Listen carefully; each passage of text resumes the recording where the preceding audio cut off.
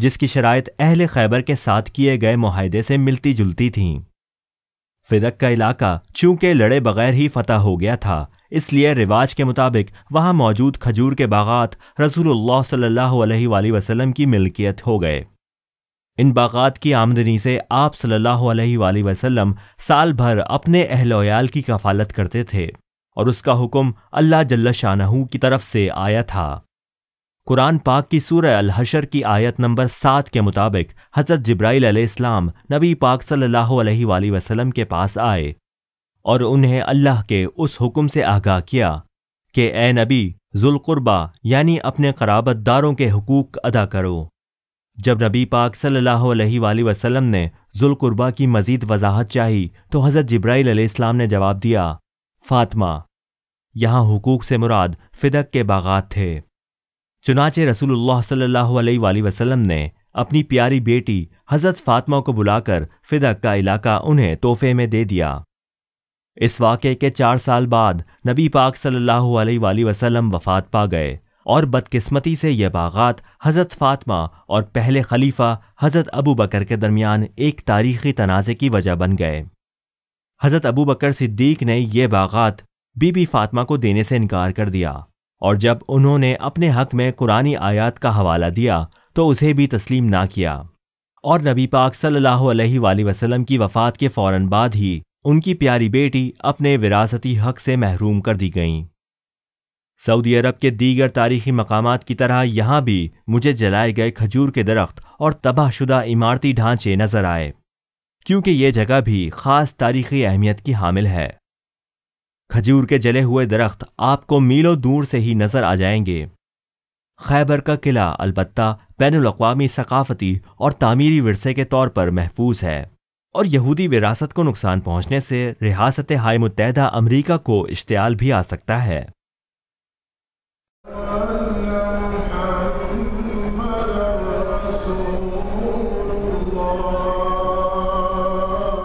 مدینہ کے ارد گرد بے شمار ریستوران موجود ہیں جہاں انواع و اقسام کے کھانے کسی بھی وقت آرڈر کیے جا سکتے ہیں۔ مسجد نبوی کے ارد گرد واقع ریستورانوں میں عام طور پر عرب کھانوں کے ساتھ ساتھ زیادہ تر پاکستانی کھانے بھی ملتے ہیں۔ مدینہ کے اس نواحی علاقے میں کئی مقدس تاریخی مقامات موجود ہیں، جن میں سے ایک مسجد غمامہ ہے۔ لفظ غمامہ کے معنی ہیں بادل۔ یہاں ایک بار نبی پاک صلی اللہ علیہ وآلہ وسلم نے بارش کے لیے ادا کی جانے والی خاص نماز استسقاء ادا کی تھی۔ یہ مسجد نبوی سے پیدل فاصلے پر واقع ہے۔ اس مسجد کو مسجد عید بھی کہتے ہیں، کیونکہ ایک بار نبی پاک صلی اللہ علیہ وآلہ وسلم اور کچھ صحابہ کرام نے یہاں عید کی نماز ادا کی تھی۔ یہ مسجد ابو بکر کہلاتی ہے۔ یہ اس مقام پر واقع ہے جہاں حضرت ابو بکر رضی اللہ تعالیٰ عنہ کا رہائشی مکان واقع تھا۔ یہ مسجد نبوی کے جنوب مغرب میں واقع ہے، اور مسجد غمامہ سے اس کا فاصلہ محض 40 گز ہے۔ مسجد علی بھی یہاں کا ایک اہم اور قابل دید مقام ہے۔ کچھ لوگوں کا یہ بھی ماننا ہے کہ حضرت علی رضی اللہ تعالیٰ عنہ یہاں رہتے بھی تھے۔ نبی پاک صلی اللہ علیہ وآلہ وسلم کے انتقال کے بعد حضرت علی رضی اللہ تعالیٰ عنہ اس مسجد میں جمعہ کی نماز کی امامت کیا کرتے تھے۔ یہ مسجد نبوی کے پچھواڑے مسجد غمامہ کے قریب واقع ہے۔ یہ مسجد بلال کہلاتی ہے۔ مسجد نبوی سے ملحق یہ مسجد کھجوروں کی منڈی کے قریب واقع ہے۔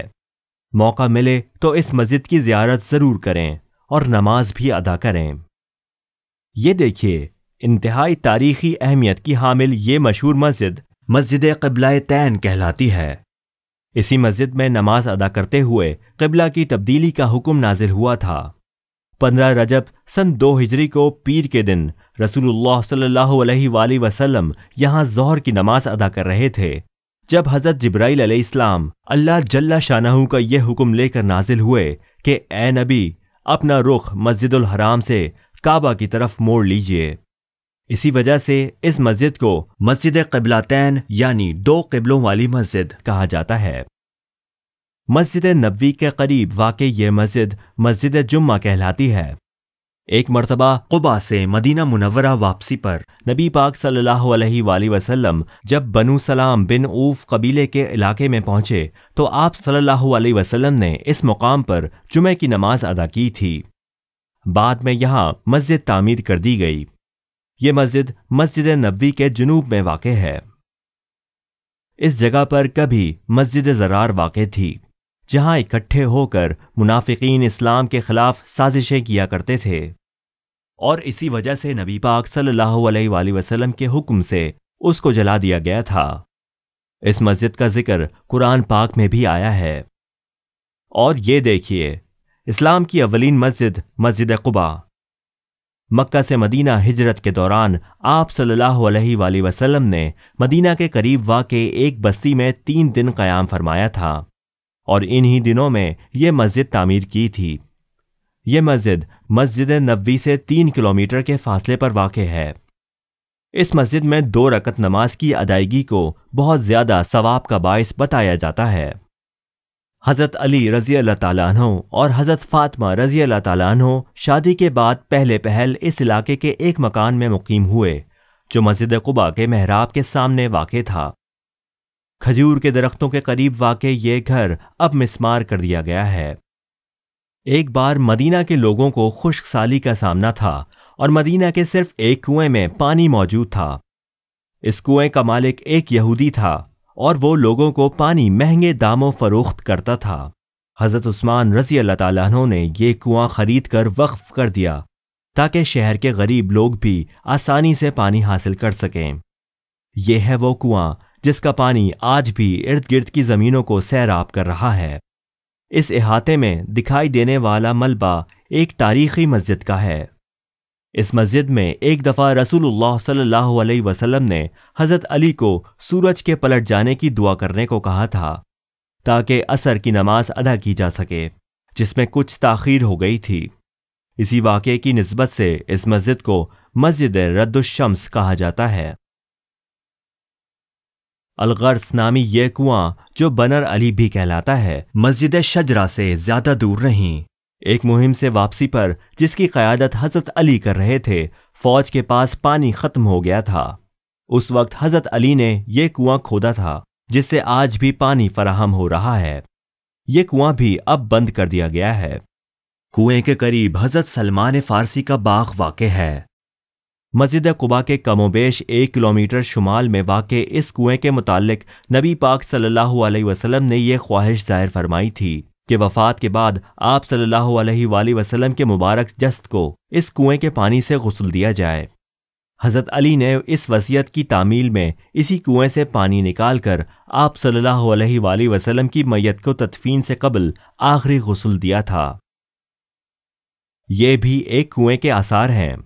بتایا جاتا ہے کہ یہاں وہ کنواں واقع تھا جس سے نبی پاک صلی اللہ علیہ وآلہ وسلم اپنے ساتھیوں کے ساتھ مل کر پانی نکالا کرتے تھے۔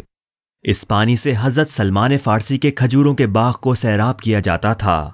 باغ حضرت سلمان فارسی کی آزادی کی قیمت کے طور پر ان کے یہودی مالک کو دیا گیا تھا۔ اس باغ کے پیچھے بیت الحزن واقع ہے، یعنی غم کا گھر۔ سانحہ کربلا کے بعد حضرت امام زین العابدین نے اسی مکان میں قیام فرمایا تھا۔ یہ سرنگ نما گہرا راستہ دیکھیے، اس کی مٹی خاک شفا کہلاتی ہے۔ جنگ احد سے لوٹتے ہوئے نبی پاک صلی اللہ علیہ وآلہ وسلم نے اس جگہ سے مٹی لے کر شدید زخمیوں کے زخموں پر لگائی تھی تاکہ وہ شفا یاب ہوں۔ ایسا ہی ہوا اور یہاں کی مٹی خاک شفا قرار پائی۔ اس جگہ پر عیسائی قبیلے نجران کے عالموں اور اہل بیت کے درمیان مباہلہ ہوا تھا۔ آج کل یہاں ایک مسجد واقع ہے جو مسجد جباہ کہلاتی ہے۔ مباہلے میں 14 عیسائی عالم شریک ہوئے جو نبی پاک صلی اللہ علیہ وآلہ وسلم کے ساتھ بحث کر کے اسلام کی سچائی کو پرکھنا چاہتے تھے۔ مباہلہ کئی دن تک چلتا رہا۔ فریقین دلائل پر دلائل دیتے رہے، لیکن بحث کسی انجام کو نہ پہنچ سکی۔ عیسائی اپنے موقف پر اڑے رہے۔ اس موقع پر قرآن پاک کی 3 سورہ کی آیات نمبر 59، 60 اور 61 نازل ہوئیں۔ اس پر عیسائیوں نے مباہلہ اگلے دن تک مؤخر کر دیا۔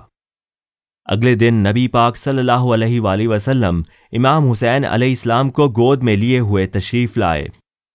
امام حسن علیہ السلام نے آپ صلی اللہ علیہ وسلم کی انگلی پکڑ رکھی تھی۔ ساتھ میں حضرت فاطمہ رضی اللہ تعالیٰ عنہا تھیں اور سب سے آگے حضرت علی رضی اللہ تعالیٰ عنہ تھے۔ ان مقدس ہستیوں کو دیکھ کر عیسائی وفد کے ارکان متاثر ہوئے بغیر نہ رہ سکے۔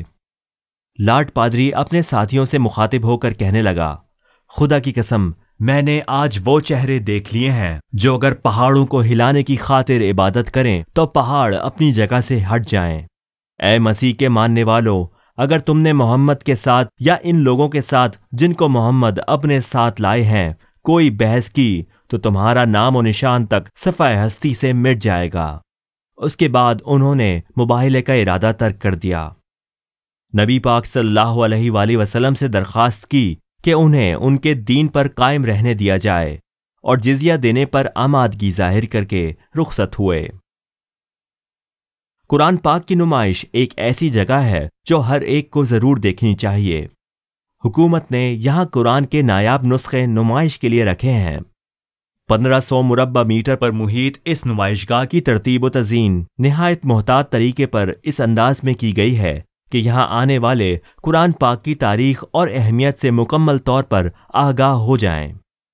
نمائش میں قرآن پاک کے متعلق ایک دستاویزی فلم سمیت مکمل سمعی و بصری معاونت موجود ہے جو اس مقدس کتاب کے بنیادی خد و خال، تاریخ، تفسیر و وضاحت اور فرد، خاندان اور معاشرے پر اس کے اثرات کو سمجھنے میں مددگار ہوتی ہے۔ یہاں آپ کو خانہ کعبہ کے 140 سال پرانے غلاف کے ایک ٹکڑے کی زیارت کا موقع بھی ملے گا۔ وادی جن مدینہ سے کوئی 30 کلومیٹر جنوب مغرب میں واقع ہے۔ بہت سے لوگوں کا ماننا ہے کہ یہاں کچھ مافوق الفطرت طاقتیں گاڑیوں کو اوپر کی سمت میں کھینچتی ہیں، جبکہ بہت سے اور لوگ یہ سمجھتے ہیں کہ ارد گرد کے علاقے میں واقع پہاڑوں میں کوئی مقناطیسی قوت پائی جاتی ہے جو کہ گاڑیوں کو چڑھائی پر آسانی سے چلنے میں مدد دیتی ہے۔ حقیقت یہ ہے کہ یہ محض ایک سراب نظر ہے، اس سے زیادہ کچھ نہیں۔ دنیا میں ایسی 80 جگہیں موجود ہیں جہاں گاڑیاں اس صورتحال کی زد میں آ جاتی ہیں۔ میں نے اس بارے میں اپنی عمان کی ویڈیو میں تفصیل سے بات کی ہے۔ یہ مکہ اور مدینہ کے درمیان واقع تاریخی کنواں طفلہ ہے۔ عربی زبان میں طفلہ کے معنی تھوکنے کے ہیں۔ جب نبی پاک صلی اللہ علیہ وآلہ وسلم معاہدہ حدیبیہ طے کر کے مکہ سے مدینہ واپس آ رہے تھے تو راستے میں آپ صلی اللہ علیہ وآلہ وسلم کو یہ خشک کنواں نظر آیا۔ آپ صلی اللہ علیہ وسلم نے اس میں تھوک دیا اور اس میں پانی جاری ہو گیا۔ یہ جگہ مکہ سے 55 کلومیٹر شمال میں واقع ہے اور مدینہ سے 345 کلومیٹر جنوب میں، لیکن نہ تو یہاں کوئی پکی سڑک ہے اور نہ ہی راستے کی رہنمائی کے لیے کوئی علامت یا نشان۔ جدہ واپس جاتے ہوئے ہم نے ایک بار پھر عمرہ کی ادائیگی کا ارادہ کر لیا۔ شرائط کی روح سے ہمیں کسی میقات پر رکنا تھا۔ اس بار ہم ذوالحلیفہ میقات پر رکے۔ یہاں ہم نے غسل کر کے احرام باندھا اور ایک بار پھر مکہ کی مقدس سرزمین کی جانب روانہ ہو گئے۔ احرام پہنے ہوئے میں مدینہ کے بارے میں سوچ رہا تھا۔ تاریخ اس شہر کے گلی کوچوں میں بکھری پڑی تھی۔ یہاں رسول اللہ صلی اللہ علیہ وآلہ وسلم کے صحابہ کرام اور خاندان نے زندگی گزاری تھی۔ میں 20 سال پہلے بھی یہاں آیا تھا۔ اس وقت یہاں بہت زیادہ مساجد اور تاریخی مقامات موجود تھے، لیکن اب ان میں سے بہت سے دکھائی نہیں دیتے تھے۔ مرکزی اہمیت کی حامل بڑی تاریخی عمارتیں البتہ موجود ہیں۔ کوئی نہیں بتا سکتا کہ ڈھائی جانے والی عمارتیں کس کس جگہ پائی جاتی تھیں۔ میں بہت دل گرفتہ ہو گیا تھا، بہت زیادہ اداس۔ راستے میں ہمیں بہت سی گاڑیاں سڑک کے کنارے کھڑی نظر آئیں۔ ہمارے ڈرائیور نے بھی گاڑی ایک طرف لگا دی۔ یہاں بہت سے عرب بندر ادھر ادھر کود پھاند رہے تھے۔ لوگ ان بندروں کو کیلے اور دیگر پھل وغیرہ کھلا رہے تھے۔ کسی ایسے علاقے میں اتنی کثیر تعداد میں بندر موجود ہونا جہاں سبزہ نہ ہو نہایت حیران کن تھا۔ ڈرائیور نے ہمیں بتایا کہ یہ بندر یہاں سے 15 سے 20 کلومیٹر مغرب میں واقع پہاڑوں میں رہتے ہیں۔ اندازہ لگائیں کس طرح یہ حیوان اس بنجر علاقے میں رہتے ہوں گے۔ خیر، ہم نے بھی ان بیچارے لیکن شرارتی بندروں کو کچھ پھل وغیرہ کھانے کو دیے اور اپنے راستے پر ہو لیے۔ اگر آپ بھی اس راستے سے گزرنے کا ارادہ رکھتے ہوں تو میری ایک بات ضرور یاد رکھیے گا، اگر آپ نے احرام باندھ رکھا ہو تو گاڑی سے مت اتریے گا۔